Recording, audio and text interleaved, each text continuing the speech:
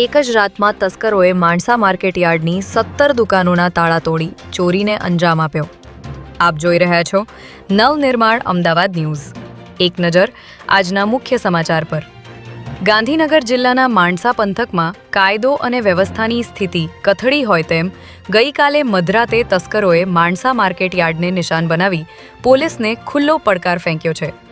તસ્કરોએ કોઈ પણ ડર વગર ઠંડા કલેજે એક પછી એક 17થી વધુ દુકાનોના તાળા તોડી ચોરીને અંજામ આપતા સમગ્ર પંથકમાં ચકચાર મચી ગઈ છે. તસ્કરોએ પૂર્વ આયોજિત કાવતરાના ભાગરૂપે યાર્ડની સુરક્ષા વ્યવસ્થાને ભેદીને અંદર પ્રવેશ કર્યો હતો અને એક બે નહીં પરંતુ 17થી વધુ દુકાનોના તાળા તોડી નાખ્યા હતા. બાદમાં તસ્કરોએ ગણતરીના કલાકોમાં જ આટલી મોટી સંખ્યામાં દુકાનોને નિશાન બનાવી ચોરીને અંજામ આપ્યો હતો. આજે વહેલી સવારે જ્યારે વેપારીઓ પોતાનો રોજિંદો વેપાર કરવા માટે માર્કેટયાર્ડ પહોંચ્યા ત્યારે દ્રશ્યો જોઈને ચોંકી ઉઠ્યા હતા.